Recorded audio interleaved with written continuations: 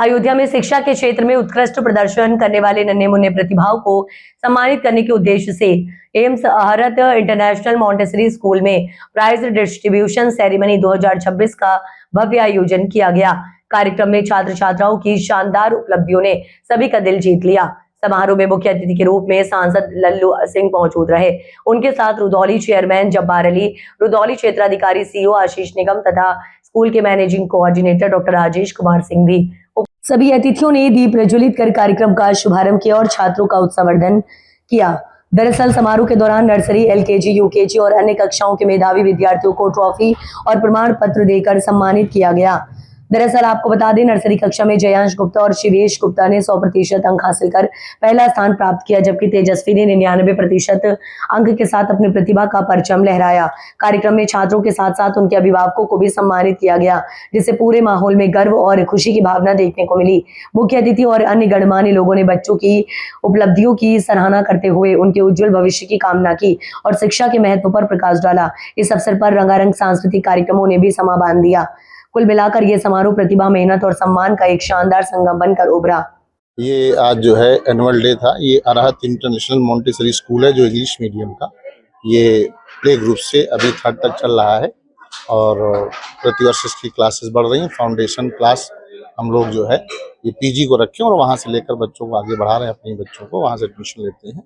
आज इसका annual day था और इस कार्यक्रम के मुख्य अतिथि ये अयोध्या जनपद के पूर्व सांसद माननीय श्रीमान लल्लू सिंह जी रहे और विशिष्ट अतिथिगण में रुधौली सीओ साहब श्रीमान आशीष निगम जी रहे और कार्यक्रम की अध्यक्षता रुधौली के चेयरमैन श्रीमान जब्बार अली साहब ने किया।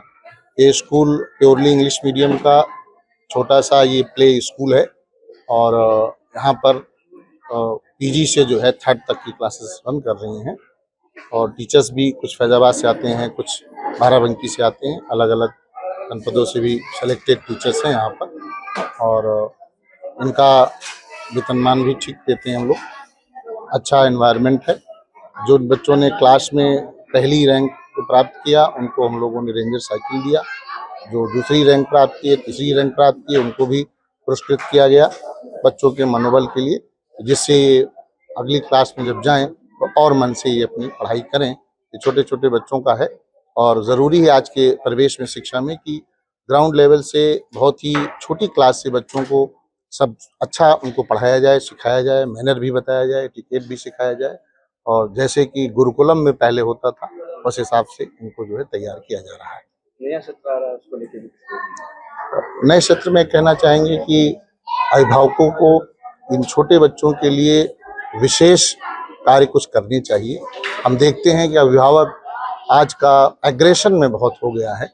हमारे जो भी बच्चे हैं वो सब स्कूल प्रशासन के लिए सब एक जैसे समान होते हैं और जो बच्चे क्लास में नेचुरली फर्स्ट रैंक होल्ड करते हैं उनको फर्स्ट पुरस्कार मिलता है, जो दूसरे स्थान पर आते हैं उनको दूसरा दिया जाता है, तीसरा मिलता है और कोई फेल नहीं होता है, क्योंकि ये अब सरकारी नियम भी है कि क्लास 1 से 8 तक किसी को फेल नहीं किया जा सकता है। तो टीचर्स के भी बहुत सारे हाथ बंधे हुए हैं और जो शिक्षा नीति है इसलिए, क्योंकि आजकल अवसादग्रस्त बच्चे बहुत होते हैं, डिप्रेस भी बहुत होते हैं और तमाम जो वेस्टर्न स्टाइल सेवी का अपने देश में चलन हो गया है, इसके लिए भी कहना चाहेंगे कि अभिभावकों को इनसे बचाना भी चाहिए।